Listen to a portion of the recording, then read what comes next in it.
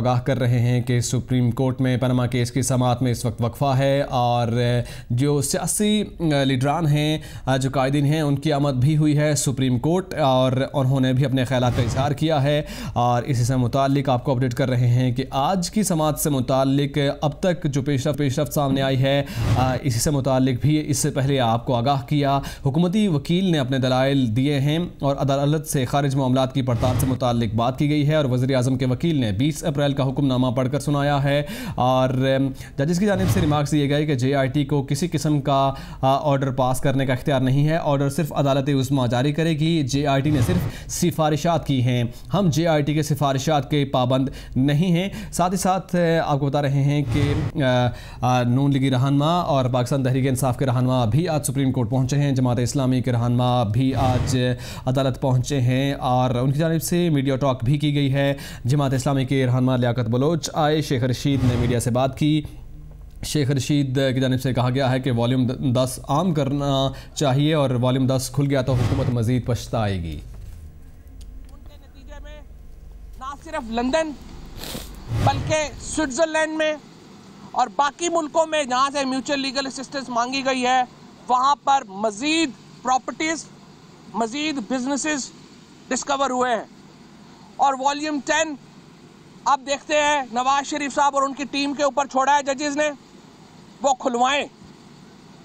तीसरी बात, बायर कहते थे कि तमाम वीडियो लिंक्स जो हैं, जो ऑडियो वीडियोस हुए हैं, जो वीडियो रिकॉर्डिंग्स बनी हैं, उनको ओपन किया जाए। कोर्ट में एक लफ्ज़ इसके ऊपर बात नहीं हो रही।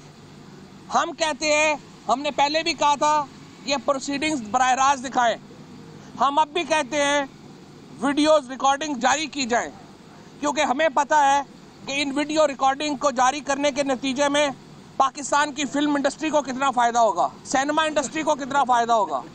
और जब कैप्टन सफदर की वीडियो चलेगी तो उस वक्त तो आप देखेंगे कि टिकट्स ब्लैक में बिकेंगे। लिहाजा ये वीडियो ज़रूर सिनेमा में आनी चाहिए, सिनेमा में चलनी चाहिए। और हम अपने जो हमारे लोगों के सिनेमाज हैं उनको तो वो चाहते हैं कि हमें सबसे पहले दें ताकि हम चलाएं। जस्टिस कहा गया, पहला हिस्सा जो था, पहले हिस्से में ख्वाजा हारिस साहब का जो आर्गुमेंट था वो ये था कि JIT ने अपने इख्तियारात से तजावुज़ किया है। वो कैसे तजावुज़ किया है कि JIT ने हुदैबिया के मामले को खोलने का रिकमेंडेशन की है। उन्होंने 93-94 में जो FIRs हुई थी उनको खोलने का कहा है और बकौल PMLN के वकील के ये उन्होंने अपनी जुरिस्डिक्शन से तजावुज़ किया है। यानी चोरी हुई है, पाकिस्तान का पैसा बाहर गया है। 1.3 अरब रुपया पाकिस्तान से, आपको पता है, हुदैबिया ट्रेल के ज़रिए बाहर भेजा गया और फिर 46 शरीफ फैमिली के जो अफराद थे उनके नाम के ऊपर वापस मंगाया गया। कहते हैं चोरी हुई है, पैसा गया है, लेकिन तफ्तीश ना की जाए। तफ्तीश करेंगे तो ये आप अपने इख्तियारात से तजावुज़ करेंगे। जज साहिबान ने कहा कि आप पॉइंट मिस कर रहे हैं। एवनफील्ड एवेन्यू के ये जो अपार्टमेंट्स हैं, इनकी तफ्तीश भी 17 साल से पेंडिंग है। 17 साल हो गए हैं पाकिस्तान ने के नैब में ये पड़ा हुआ कि ये अपार्टमेंट्स की डिटेल जो हैं वो फिशी हैं, मशकूक हैं। लेकिन चूंकि नैब भी प्राइम मिनिस्टर के अंडर है, FIA भी उनके अंडर है, FBR SCCP भी उनके अंडर है, तो तफ्तीश हो नहीं रही, हो नहीं पा रही। और अब जब तफ्तीश हुई है तो कहते हैं तफ्तीश क्यों की है। हमने सुना था कि वो वक्त आएगा जब बच्चे माँ बाप को नहीं पहचानेंगे, माँ बच्चों को नहीं पहचानेगी, बाप बच्चों को नहीं पहचानेगा, एक अफरा तफरी होगी। ये वक्त क़यामत के वक्त का सुना करते थे। लेकिन नवाज शरीफ साहब से जब JIT ने पूछा कि मोहम्मद हुसैन कौन है, तो वो अपने सगे खालू को नहीं पहचान सके। कहते हैं मैं नहीं जानता कौन है। कन्फ्रंट किए गए डॉक्यूमेंट्स, कहते हैं मुझे नहीं पता ये अपार्टमेंट्स हसन के हैं या हुसैन के हैं। रह हम रहे, लेकिन मलकियत किसकी है हमें नहीं पता। तो जस्टिस इजाजुल हसन ने कहा कि ये अप्रोच बताता है आप लोगों का, प्राइम मिनिस्टर का, उनके बच्चों का, कि किस तरह उन्होंने एक नॉन सीरियस अप्रोच ली, किस तरह उन्होंने तफ्तीशी टीम के साथ ताउन नहीं किया।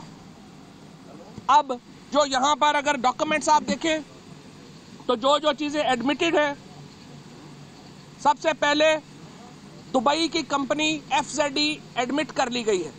ख्वाजा हारिस कहते हैं ये एडमिटेड बात है, जो प्राइम मिनिस्टर है वो FZE कंपनी के चेयरमैन है।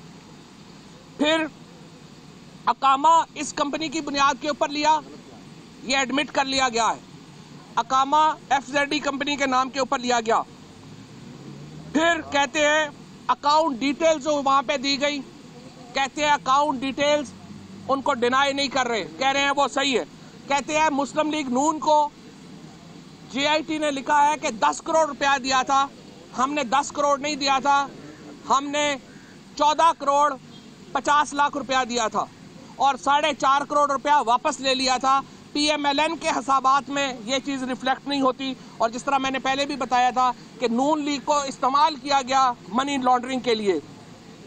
इसके साथ जो अपार्टमेंट की डिटेल्स हैं, यानी अभी तक नीलसन और नेस्कोल जिस डॉक्यूमेंट्स के जरिए हुसैन नवाज उसके बने मालिक बने, वो सामने नहीं लाई जा रही।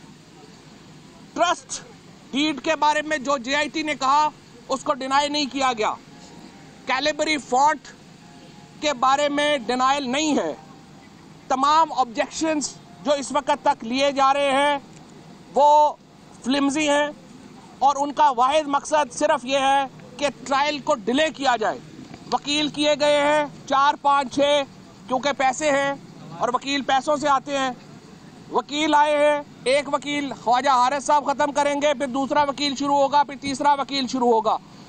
देखना सिर्फ यही है कि वक्त कितना लगता है, वक्त की बात है, वरना वज़ीर आज़म की डिस्क्वालिफिकेशन यहाँ से दीवार पे लिखी नज़र आ रही है, उनकी कन्विक्शन, उनका जेल जाना दीवार पे लिखा हुआ नज़र आ रहा है।